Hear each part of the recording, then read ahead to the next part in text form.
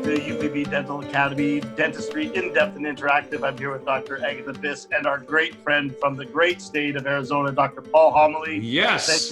Thank you for joining us again. This is a pleasure. It's a he said, she said day of dentistry, and some of the things we hear and the obstacles that we need to overcome to have a successful day and to build our practice. The whole topic that we're dancing around right now is verbal skills and leadership. Is really what it boils down to. And I think it's real easy for dentists to get caught into, well, what do I say when this happens, right? It's sort of reaction on this whole deal. And my take on the whole thing is, it's important what you say, but that's not the first best question to ask. The first best question to ask is not what should I say, but it should be, how should I think? How should I think? And, you know, in the broad stroke of things with dentists, and this really kind of boils down to a lot of my philosophies on treatment acceptance and the doctor-patient relationship, the staff-patient relationship, and the staff-dentist relationship, is that typically, and let me speak to the role of dentists first. Dentists kind of typically fall into kind of three general categories in my experience now. And please jump in at any point along here. Yeah. But let's just take the topic of the new patient experience, or just the patient experience, of conversations around treatment. Right? That's the big enchilada, isn't it, Agatha? Conversations about treatment. And generally, dentists approach how they think about treatment from the standpoint of either they approach it like a professor. The professor is, well, here's what you need, here's why you need it, and here's how you got into this trouble, and it's facts, figures, information, educate. And so they think like professors. Consequently, when they speak, they sound like professors. And that's the role they're on. There's another group of dentists who are kind of natural salespeople. They're always closing. You hear ABC, always be closing.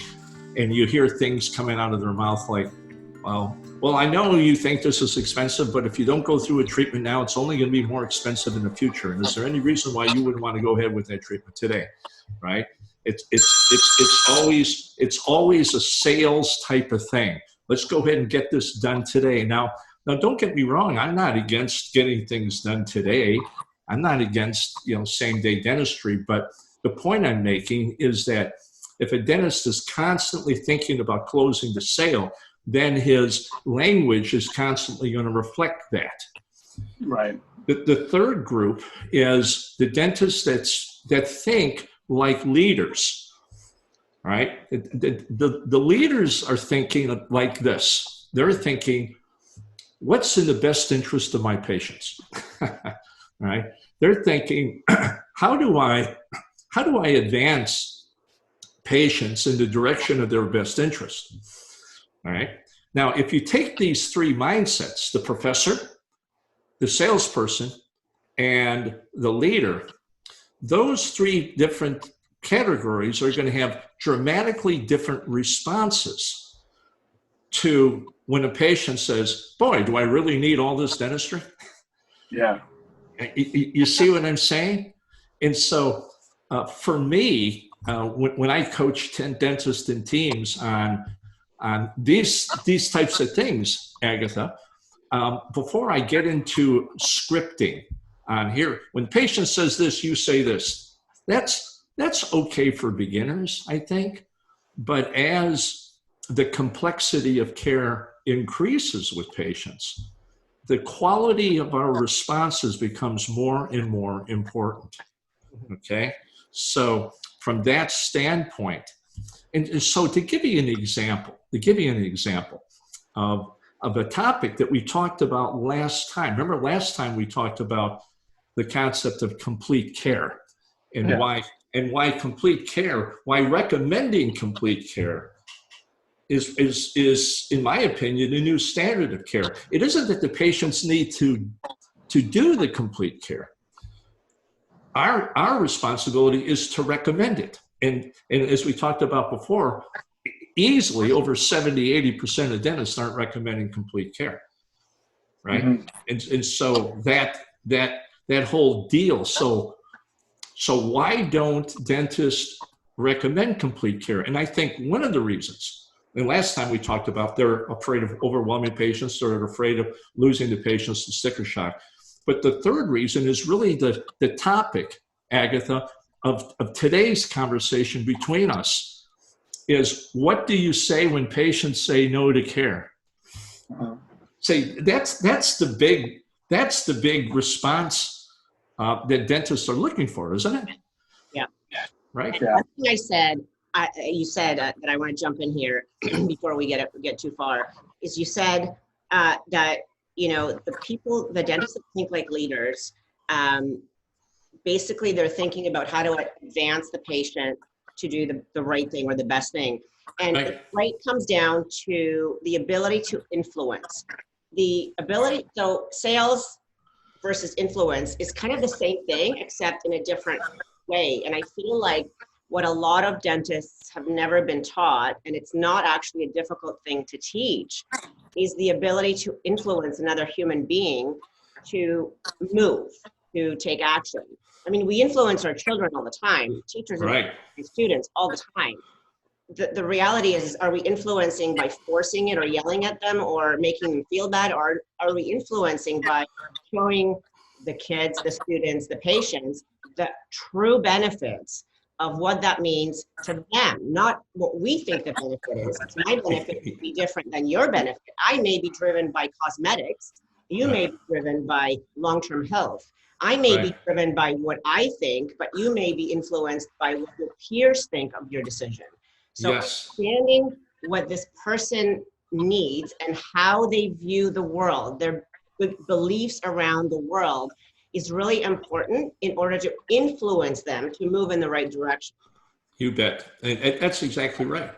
And, you know, when we look at that leader mentality that I was talking about, that leader approach to patients is helping them advance in the direction of their best interests. Now, there will be times where it may not be in their best interest to get their teeth fixed.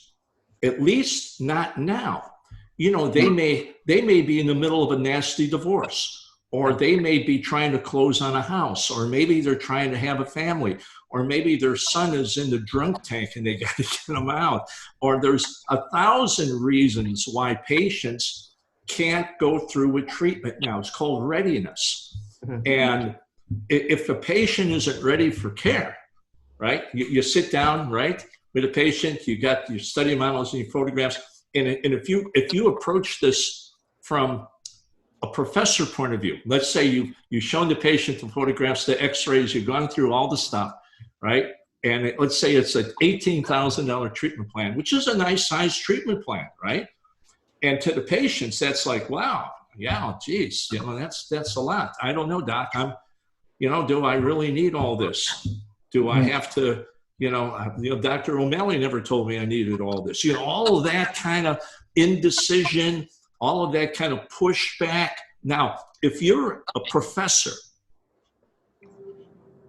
how do you handle the pushback? Well, if you're only thinking as a professor, what do you do? What you do is the only thing that you're thinking about, that is to continue to be a professor. So you continue to educate. So how do you create a leader out of a professor? Well, we're going to get there. How do you teach that? Okay. Yeah, we're going to get there. We're going to get there. Patience. Yes. Yeah.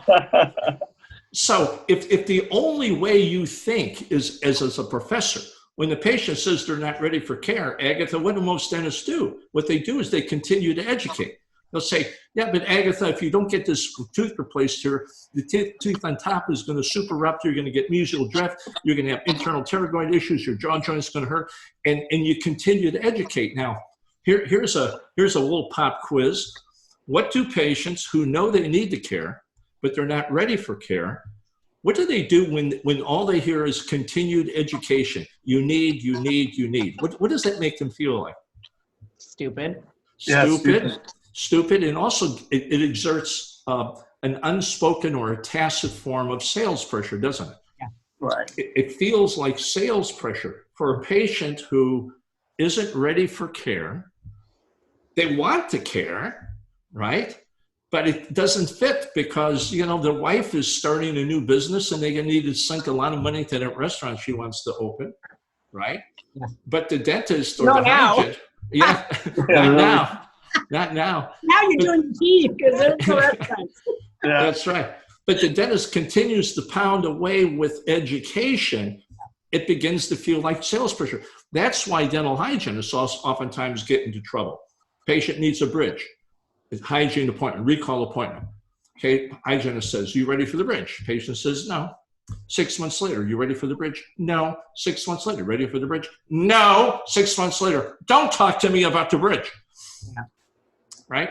And when nothing is happening, the hygienist has just reinforced that by not doing anything, they're actually doing the damage. Because right. long-term hasn't actually happened yet. Because 6 months is not a long-term in teeth, right? It's right. 10 years later, that's the issue. Absolutely. So the professor mentality is one of the reasons why dentists don't recommend complete care. Because you see, if they only operate out of a professor mentality, when the patient says no, they don't know what to say. Because the education, they keep pinging away at education, and they know, after 5 or 6 years of watching patients walk out the door, after a while, they begin to figure out, hey, and you know what they do? They blame the patient. Low dental IQ. Yeah. Yeah. Yeah. All right. So now let's look at the salesperson mentality. Always closing. So we got the same $15,000 case, right? We present the whole case. Dentist says, this is the type of thing that, there's some urgency here. They'll emphasize urgency, right? That's one of the tricks. And there's nothing wrong with recommending or suggesting urgency if it's truly urgent. But if you got a chronic condition, tooth wear, a TMJ, a long-term periodontal treatment. If you say you've got this condition, if you don't fix it today, you're going to lose all your teeth. Damn, I'll tell you what you lose. You lose all your credibility as a dentist. Yeah. By trying to force urgency on chronic conditions. But let's get back to the $15,000 patient talking to the salesperson dentist. The dentist says, okay, so well, doctor, how much does all this cost? And most of the time, the dentist is going to bail out of the room and have somebody else quote the fee. But let's just say the dentist quotes the fee.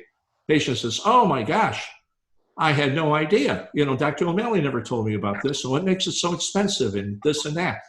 Now, if the dentist salesperson only knows sales language, what is he going to come back with? More sales stuff. More sales. Yeah. More sales. I know you're concerned about the discomfort here, Agatha, but if we put this off, it's only going to get more uncomfortable. And all of that cheesy kind of stuff. So one of the reasons that sales dentists don't recommend complete care is that they don't know what to say when the patient says no. Because they know after 5 or 6 years of beating their head against the wall that their sales techniques has limited effectiveness.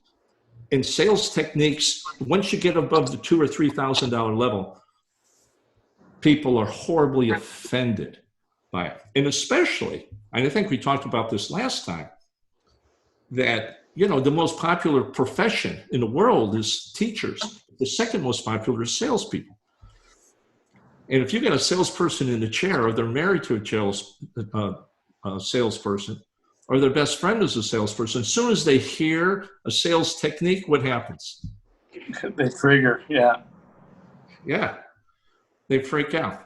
Okay. Yeah, they trigger, yeah. So the professor, after a while, becomes reluctant to offering complete care because he doesn't know what to say when patients say no. The salesperson doesn't recommend complete care because he doesn't know what patients say no. You see, they end up in the same place. Let's look at the leader now. the leader is focused on what's in the best interest of the patient. Okay. So now I'm a leader dentist, right? Agatha, you're a leader dentist, right? I can tell by our conversation that you are a leader dentist because of your attitude and your perspective on things. So patients, so let's say I'm the dentist and I will recommend a $15,000 treatment plan. Patient says, oh my God, I had no idea it'd be that expensive. Dr. O'Malley never told me about that. What makes it so expensive? I don't know if I can go ahead with that. Now, as a leader, I'm not thinking about closing the sale. As a professor, I'm not thinking about educating this patient anymore because I already did educate him, right? As a leader, I have to ask myself, what's in the best interest? So my response is, well, Agatha, I can understand this may not be the best time for you to get this care. You know, I see patients all the time that are concerned about how it fits into their life. And I would say to you, I think you know what's important to you. I think you know what's important to your health. And when you're ready for care, we'll be here. I'll wait with you. Now, what's the patient going to feel from that? Yeah. Well, they're going to value that. They're going to value that approach. That's for sure. Yeah. Is there any perceived sales pressure there? None. No. Is there any perceived over-educating the patient there? None. None. So are you saying, though, creating this triad of the professor, the salesperson, the leader, would that create a more powerful outcome, like a greater outcomes if you picked and knew when to traverse between these three talking points? Well, I would say don't traverse. Abandon the professor and abandon the salesperson completely. Get out of that mentality. And unfortunately, dental school, continuing education, our publications, most of our associations, they're advocates for the professor mentality, aren't they? 100%. 100%. And so you can't escape it. It's everywhere. And, you know, the sales mentality, that's typically learned through consultants or some guy that never sold 10 cents worth of dentistry in his life comes into dentistry and starts telling you how to do it, right? And I just can't stand that. Oh my God, just like, what do you know about teeth, you know? And so, Mark, it's not like we want to, I don't want to have to change who I am because the patients will pick up on lack of authenticity. And I'm going to sell more dentistry than any professor and any salesperson as a leader. I'll outsell them. If we're concerned about collections and overhead and all that stuff, I get it. I do. But if we're into if we're into long-term patient care, if we're into complete care, if we're into really improving the quality of life of our patients, that is ground zero for profitable practice, right? And where we get into trouble is we don't know what to say. And that's what this program is about. So what's interesting too is I see both of you as that leadership perspective, that leadership drive. But when you go back to that Dr. O'Malley question, and I'll put it over to you, Aggie, when somebody comes to you and says, why did my other doctor recommend this? What's your response to that? Because I'm sure that's something that dentists hear all the time, and especially if you're being a leader and you have the health of the patient's interest in mind. How do you respond to that? So what I do is actually a little different because I don't get these questions very often. I get a little twist of the question because I have a different approach to all my patients and how I present treatment. And the way I do it is I gradually, through questions, for a lack of a better word, qualify who they are. So I won't present treatment. I'll actually find out what they want, who they are, what their expectations are of me, what went wrong in the previous office, and how can I address those issues moving forward. Mm-hmm. So I'll knock out their objections before they come up by having a conversation. And sometimes it's long and sometimes it's not. So for me, by the time we get to presenting treatment or talking about, the extent of work they need, their thing is not how come Dr. O'Malley didn't tell me. Their thing will be, holy crap, what a different experience. Dr. O'Malley, Right. nothing. Like, thank God I'm here. And this is even before we even talk about the cost, but I'll also kind of like hint at the beginning saying, you know, if somebody says to me, you know, I really would love to see my teeth all restored or my smile done, I'll say, you know, are you aware of what the cost is of this kind of thing? Like, so I'll kind of feed them and ask questions. Say, do you know what you're looking at and what you're talking about in terms of cost?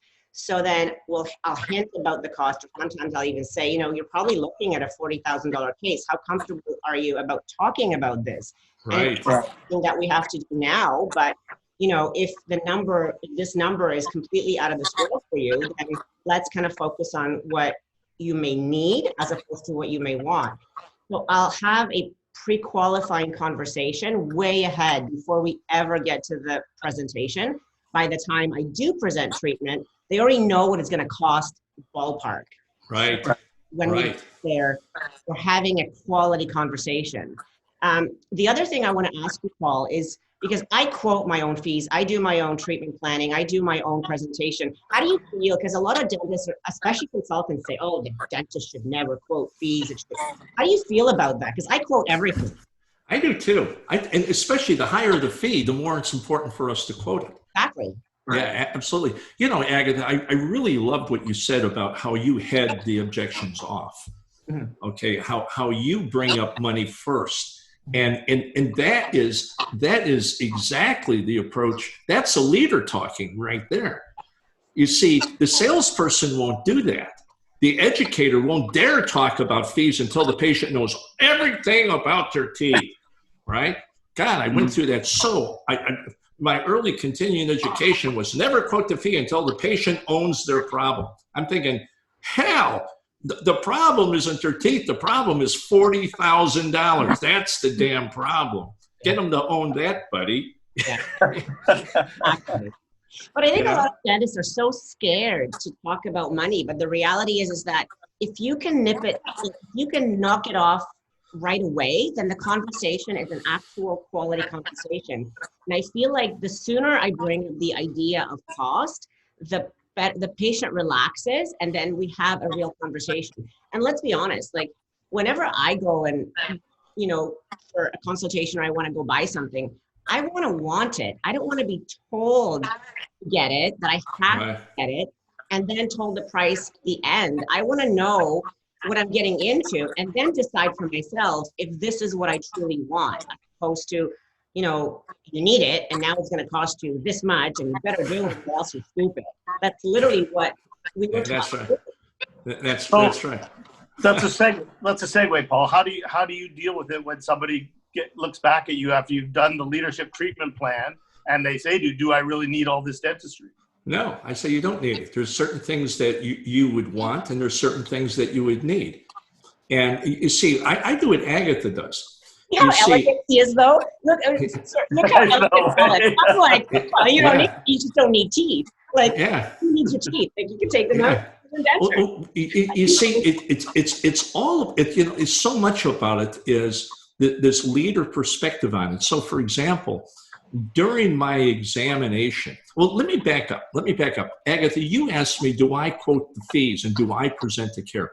Absolutely yes. Absolutely yes. And the higher the fee, the more important is that I quote it. You know, if it's an $850 fee, I'm not worried about that. You know, there's office people that work in my practice that handle that really well. But when you get up to $5,000, $8,000, $15,000, now it becomes a lifestyle issue for these people. Getting their teeth fixed sometimes means them not doing something else in their life. So the risks are greater, and the impact of the fee is much greater on their personal life. And I believe being able to quote or be willing to quote the fee in an intelligent, leader-like fashion. And that's why many dentists don't quote the fee, because they get handcuffed when the patient, what, how much? And the patient goes through all that stuff because the fee is a surprise to them. That's why I love what you said earlier, Agatha, about bringing it up early. One piece that I do, and it's part of my online programs and things. I call it an advocacy dialogue, and it's exactly what you said. It's a patient comes in and they say, well, doc, it's been, 15 years since I've been to the dentist. And as you're talking to the guy, you're going, oh my God, its breath smells and its teeth are horrible. And the guy says, I've been through some tough times. My business went bankrupt. I got divorced, but, I got sober. I'm thinking, oh my God. And he says, but you know what? I'm better now. And I've been sober now for the last 8 years. And my family's back, and I really want to do. My doctor says my teeth are influencing my body. He's sending all the signals, right, Agatha? Sending all the signals, and he's looking at $25,000, $30,000, $40,000. I will very early, before any exam, before any X-ray, visit the idea of fee. Exactly the way you said. I'll say, well, Mark. Looking at you and talking to you, we treat patients like you all the time. I want you to know that I'm really confident that we'll do something that will get your confidence back, help support your general health, and get you to look great. But one thing that I don't know, and it's something that we need to talk about, is whether this is the right time for you. And the reason that I say this is that dentistry of this nature can be surprisingly time-consuming. It can be expensive. It can get in the way with everything else that you're doing in your life, because you're going to need spend some time here. Part of today, let's talk about how this needs to fit for you. I'm going to do that real early. And what's interesting about this type of conversation is the patient can actually have a conversation with you because they're talking about something they're very knowledgeable about. You talk to a patient about their budget, about what's going on in their life, about how they need to fit it in. Maybe they do it now, or maybe they do it later, or maybe they do it a little bit at a time. They can be equal participants in this conversation. When you approach the patient as a professor, and you're talking about central correlation occlusion, planes of occlusion, anterior guidance, they cannot participate in that conversation. They sit there and they're going, well, I don't know. And they're shaking their head like a dog listening to a tambourine player. They don't know what you're saying. And so it diminishes their confidence in the conversation. But you talk to the patient and you tell the patient, listen, this dentistry is surprisingly expensive. It's time consuming. Insurance won't help you a lot. And one thing that we'll talk about is how this needs to fit into your life. Agatha, you said it exactly the way that I would do it. And that heads off a lot of these awkward questions at the past, doesn't it? Mm-hmm. It's interesting because you talk about these big cases. We've vetted them out and mitigated any of the challenges along the way. And then we all know that you start getting into $10,000, $15,000, $20,000. There's no level of insurance that's going to participate in that case presentation. Yes, don't come through the phone. There's no level of insurance that's going to participate in that treatment plan. Right. And every single patient believes this. I have the best insurance. My company's this, that, and the other thing. And then, much to their chagrin and dismay, regardless of poor Dr. O'Malley, and you start to talk to them about, no, does my insurance cover that? Is question number one. How do you two great leaders handle that question when we're starting to talk about bigger cases and bigger treatment plans? I bet Agatha, I'd love to hear Agatha's answer to that. Come on. Come on, girl. I'll be back in half an hour. Favorite question ever. Oh my God, I love that question. She's excited now. Look at her go. She can't stand it. I fixed it. I used to hate this question. It used to drive me crazy because I would invest time with my patient. I would tell them all this stuff. I was the professor, and I was like, this is what you need and this is why you need it. And they go, well, insurance cover it. And I'm like, freaking crazy. So the first time I said it out loud, I realized, crap, I got to change what I'm doing. Yeah. So what I started doing is now every new patient. That's a fourth person. Every new patient in my office gets this questionnaire to fill out, discussing what optimal dentistry is first. So it defines, what is optimal dentistry and, all the different things that go into it. And then there's several questions they need to answer. And one of them is, if what the treatment that we want to talk to you about is not covered by your insurance, how would you want to proceed? And then every now and then I'll get a patient that says, I only want to do what insurance will cover. So what I'll do is, if we do accept them as a patient, which sometimes we don't, depending on the conversation on the phone, but if they do happen to come into the office, I'll right off the bat say, before we even get started, I just want you to know that if I see something that will not potentially be covered by your insurance, which again, I don't know what you're going to be covered for because it's your freaking insurance. Do you want me to tell you what the problem is, or do you want me to just keep it inside and knowing what's going to happen to you in the future, but I'm not going to tell you? And they're like, well, yeah, I want to know. And then so now we have a conversation around what insurance does and what insurance doesn't cover. And then I'll use that analogy of what we talked about last time, of going to a store where there's a sale and it's, 20% off or 80% off on this wrap. Here's a coupon.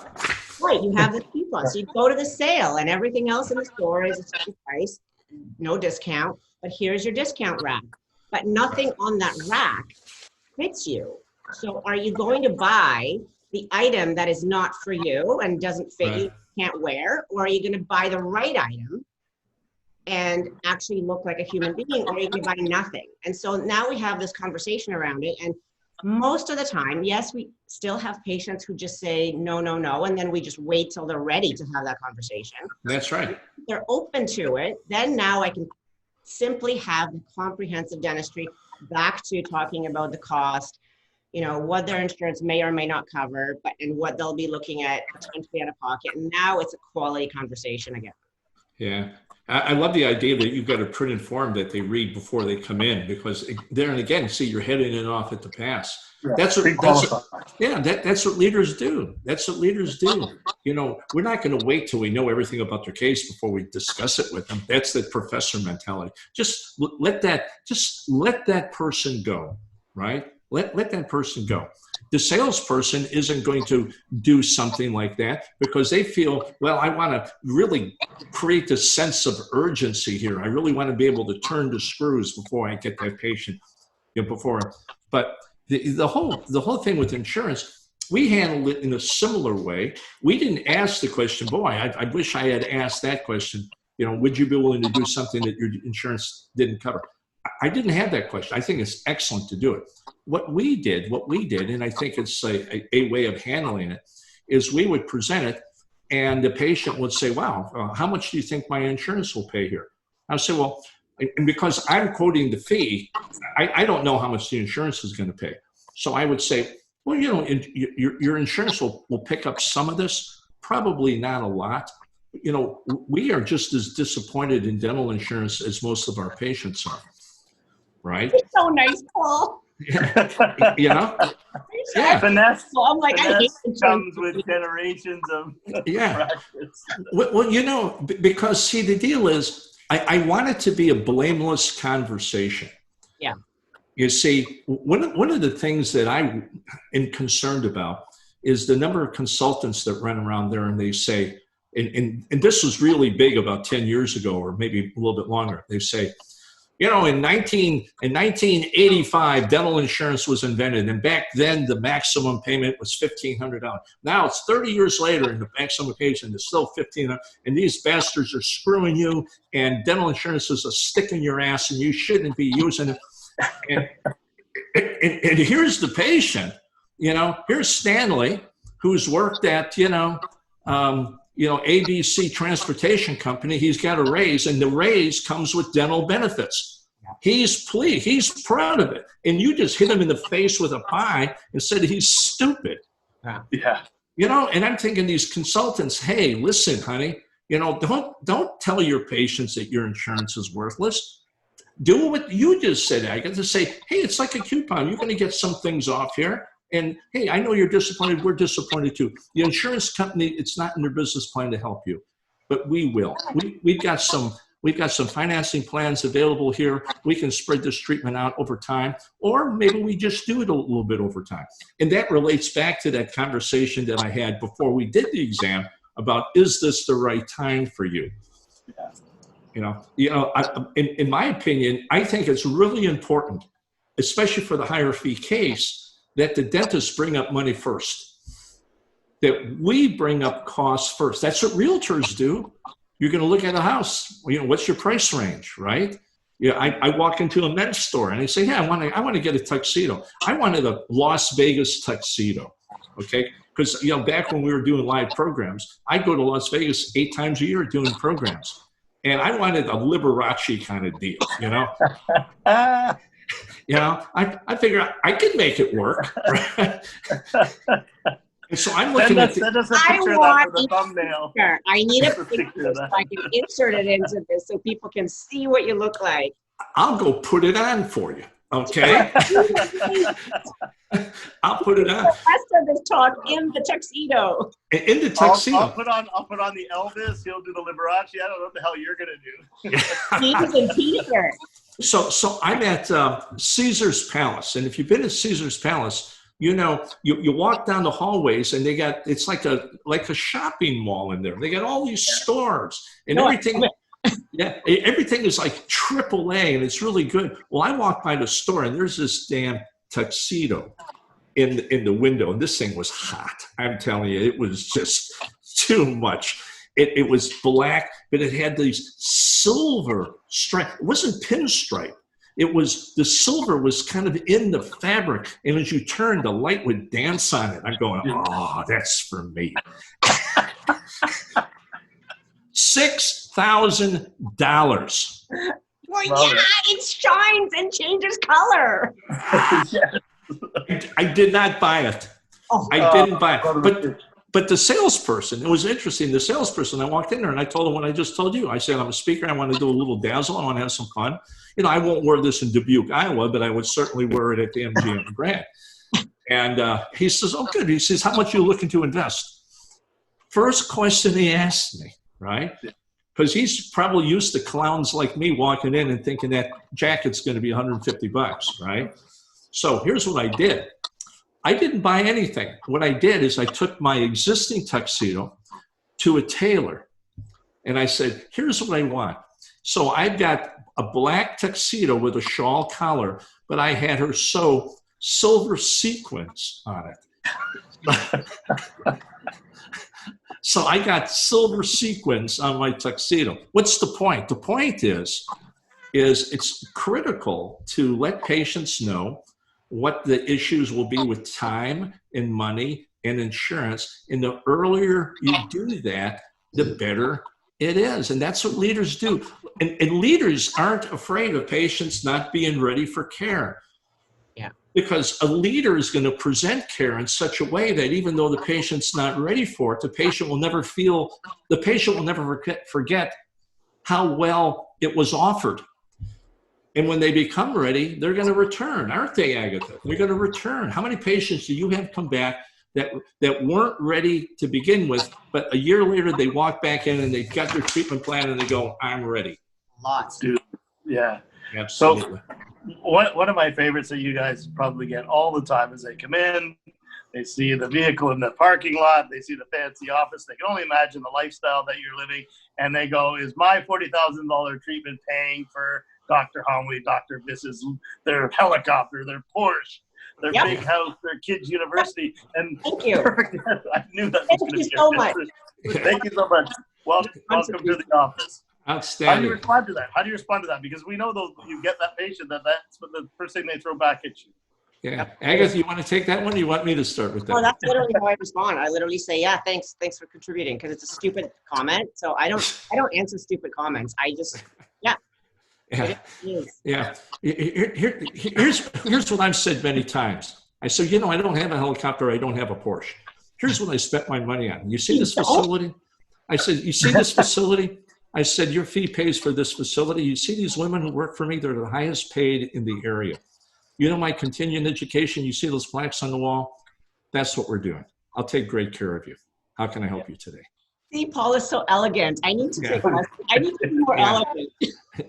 Yeah. Or if the patient says, wow, I had no idea it'd be that expensive. Depending on the patient, I'll say, yeah, you think that's rough? That doesn't include the tip. Now, I won't say that to every patient. Okay. Yeah, know your audience. Yeah, because I think that sometimes the only response is humor. Yeah, 100%. The only response is humor.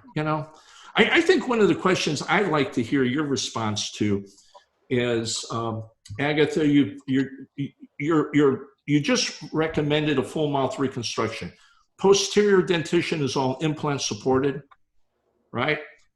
Anterior dentition is mostly ceramic. You got endo, perio, post, everything is man-made. Patient says, well, how long will all this last? Even God doesn't make anything last forever. Your body breaks down, everything breaks down.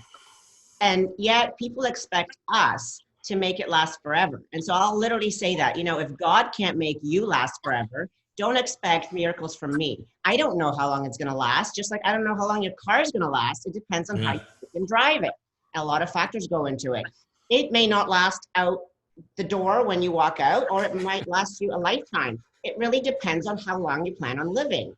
But yeah, that's kind of how I kind of get like a little aggressive with my answer, because I feel like people expect from God, more than I expect from God. If you're dead tomorrow, it lasts 24 hours. Yeah. God cannot fix you. How can I can? The freaking pizza needs to last you a lifetime, and that's God doing. So, like, I'm just a little dented. Yeah. God is too busy making football teams win. That's exactly right. Well, when I was a young implant dentist, my first 2 or 3 years doing implant dentistry, I thought I was bulletproof. But starting about year 3 and 4, that's when I began to see things like patients coming in with the implant in the crown in their hand saying, is this supposed to come out? Or patients would come in and recall appointments, and the hygienist would kind of, walk into the room with kind of a gassy expression on her face and show me a periapical of an implant with a big lesion on it. And I began to realize that, everything you read in the brochures is not true, with implant dentistry. I had a good buddy, he's still a good friend of mine. His name is Dalton Keith. He's a periodontist in Charleston, South Carolina. I was practicing in Charlotte at the time. And his brother, Bobby Keith, was a prosthodontist. And these guys are 10 years older than me, and they're doing big cases. And I talked to their study club a couple times. So I went down to Charleston just to hang out with them. And I had a conversation with Bobby Keith, the prosthodontist. And I said, Bobby, I'm doing these cases now. And they said, oh, Holly, that's great. You're a young guy. You're really kind of, into it. I said, Bobby, but I've been beginning to see some of my stuff go to hell. Stuff's breaking, it's snapping off, and not a lot, but enough to really screw profitability and make me lose sleep at night. What do you say to a patient when they ask you, how long will all this last? And he just had this big smile. And he said, here's what I say. And this comes from Bobby Keith. This is not me. This comes from Bobby Keith. And I used this for 20 years in my practice. Here's the answer. Well, doctor, how long will this last? And Bobby Keith will say, well, you know what? Chances are pretty good at some point in your life, we're going to have to fix something. Because things break, like in your car and your house, we're going to have to repair things. That's probably going to happen at some point. But I want you to know that your experience with us in our office is going to be so good that when the time comes for you to have some repair done, you're going to choose us to do it. Bobby Keith. Yeah. What's that? I gotta get something. Yeah. She just ran out of. What did I do? Did I do something wrong? We'll be right back after these important messages from our sponsor. What is she doing? I'm going to go get my tuxedo. She doesn't come back. This happened years ago, because this is how I sort of handled these questions with a little bit of humor for a while. Yeah. A few years ago, I was in Universal Studios with my daughter when the whole Harry Potter thing was going crazy, and yes, and she had to get a wand and do magic and all this stuff. And at the same time, we're in the lineup and she's picking her wand. I get this nasty email from a patient complaining about like this crown that broke that I did like when I first graduated, like 20 some years ago.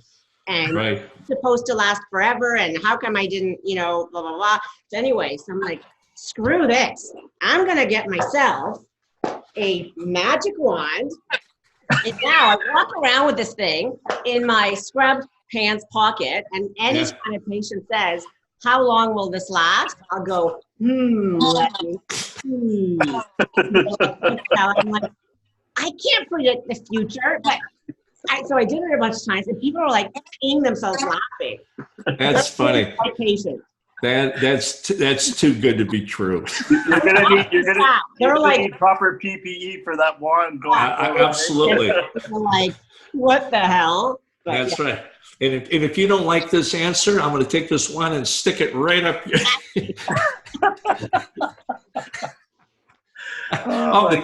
The things we wish we could say. We could say, exactly. Let's wrap it up with what are some of the things you wish you could say to some of the questions that you hear on a regular basis. Here's one.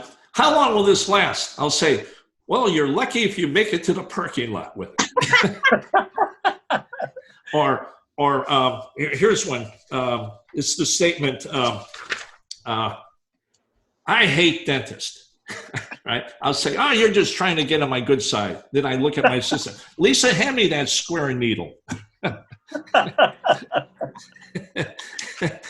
Agatha, I'm almost afraid because half the stuff you wish you could say probably comes out anyway. The thing that the one thing I don't say that I wish I could say, I get a lot of, because we're in East Oakville, so this is part of the Toronto area that is fairly wealthy, and so basically high income and very expensive houses. And every now and then when you get somebody complaining about the cost of something, but they plop their Chanel purse on the desk, and it's like, really, you're questioning the cost of 1 crown? How much did that purse cost? Do I really need to do this? Do I really need all this treatment? And I said, no, just treat the teeth you want to keep. Agatha, your comments about heading the tough questions off at the pass. And what are the tough questions? They're going to be about money, they're going to be about insurance, and they're going to be about guarantees. How long will all this last? And I think that also your recommendation as far as dentists quoting the fees and dentists offering the care, actually going through the treatment presentation process. Oh boy, I think that's so important. The backside of all that is that if you're going to quote fees, if you're going to present treatment, if you're going to head these questions off, you need to do it from the mindset of a leader. In my earlier remarks, I went through that little eulogy early about the different mindsets, professor, salesperson, and leader. The more a dentist can get into that leader mindset, what is in the best interest of this patient? What is in their best interest? And if you can answer it from that point of view, then you'll have no fear about quoting fees, because you'll know what to say when the patient says no. There's no struggle when the patient says yes to a $15,000 case. There's no struggle. You go, yeah, let's go. Fire up the handpiece. So the reluctance becomes, what do we say when patients say no? And that is, I think, ultimately is the theme of what we did here today. One thing I just want to finish off with is one thing that I think that a lot of people forget is that we all have to kind of take care of ourselves and be silently, I'm not so silent, but silently confident, where you have to remember that if they don't do the treatment, your life doesn't really change, right? So you don't have to be afraid of basically telling the patient what they should do or what you see them needing to do. And in reality, whether or not they do it, your life won't really change that much. But at the end of the day, if you spend time and educate without quoting and building up that understanding, you're going to be frustrated. And frustration leads to stress. And I don't want to be stressed out because I invested 2 hours into a patient and they're like, oh, I have to check with my husband. So, you want to be able to go into it knowing that your life won't be any different whether they do or they don't. And don't waste time if you truly qualify that this patient can't do it right now. Skate over it, explain that there is a spare amount of treatment that will be needed. And when they're ready for the conversation, then we can have that conversation at that point. So that's kind of the message that I want to send out is slow down, qualify the patient, have an understanding of, who they are and whether or not they know what they're getting into before you waste a lot of time. Yeah, well said. Well said.